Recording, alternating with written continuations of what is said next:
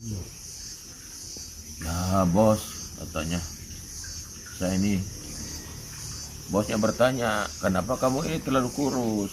Apakah tunjangan gaji udah cukup? Nggak ditanya ya. Sama bos. Oh bukan karena itu, tunjangan lebih dari cukup katanya. Tapi saya ini menderita. Kenapa?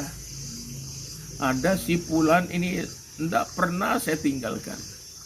Ya, saya ingin agar dia mengikuti bisikan yang saya bisikkan ke dalam hatinya. Ayo, kejahatan itu indah, kesempatan ini ada. Kapan bisa? Tidak ada kesempatan lain, kesempatan ini kamu lakukan. Ayo cepat. Tapi tidak pernah mau. Jadi saya yang paling menderita. Kemudian satu saat saya ajak, saya bisik, terjatuh dia. Tapi hanya sesaat dia sadar. Sepertinya kerja kita ini sia-sia. Sia-sia orang beriman ini kita goda. Ada yang satunya lagi datang. Oh, kamu sehat betul. Alhamdulillah. Kepada majikannya nih. Kenapa?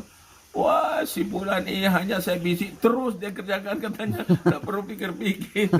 Padahal dia paham Quran, paham hadis, langsung saja dia katanya. Dia bekerja. Nah, akhirnya iblis yang mengeluh ini katanya semua kita sia-sia bekerja menggoda manusia ini.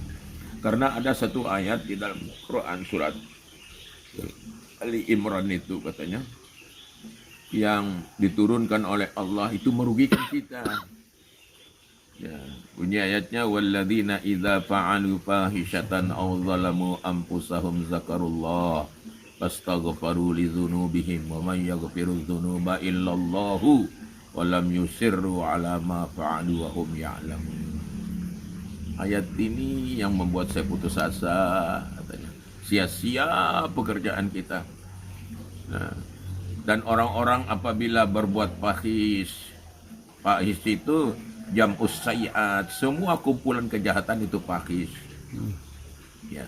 Apabila mereka melakukan perbuatan-perbuatan fahis, ya, kemudian menzolimi dirinya, kemudian ingat bahwa ini salah, lalu dia ingat pada Allah, berzikir pada Allah, lalu beristighfar, mohon ampun kepada Allah, ya, maka Allah akan mengampuninya.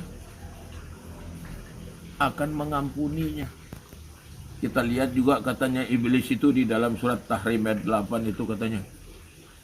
Sia-sia pekerjaan kita ini katanya.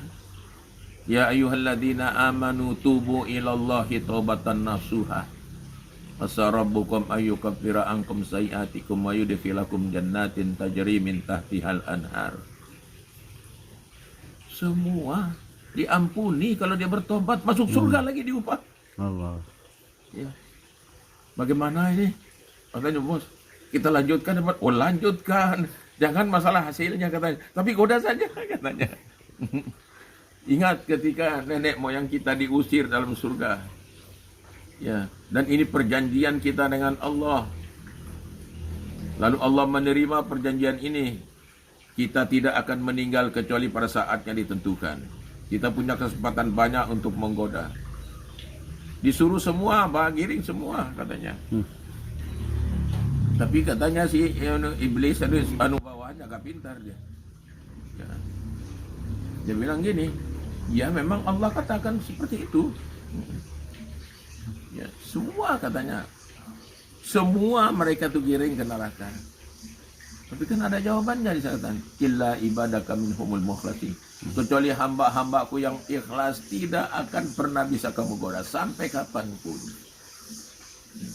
Coba kebaikan mereka yang kita goda bertobat itu. Ya, di dalam surat apa itu? Az-Zumar itu. Ya. Ya ayyuhalladzina amanu, wahai orang-orang yang beriman. Ya. Sudah maksiat, sudah dosa, masih juga dipanggil beriman. Iya. Sudah maksiat, sudah dosa, masih juga dipanggil hamba aku. Ya ibadi. Hamba, padahal dia berdosa. kita ini tidak pernah dipanggil laknatullah. Kenapa?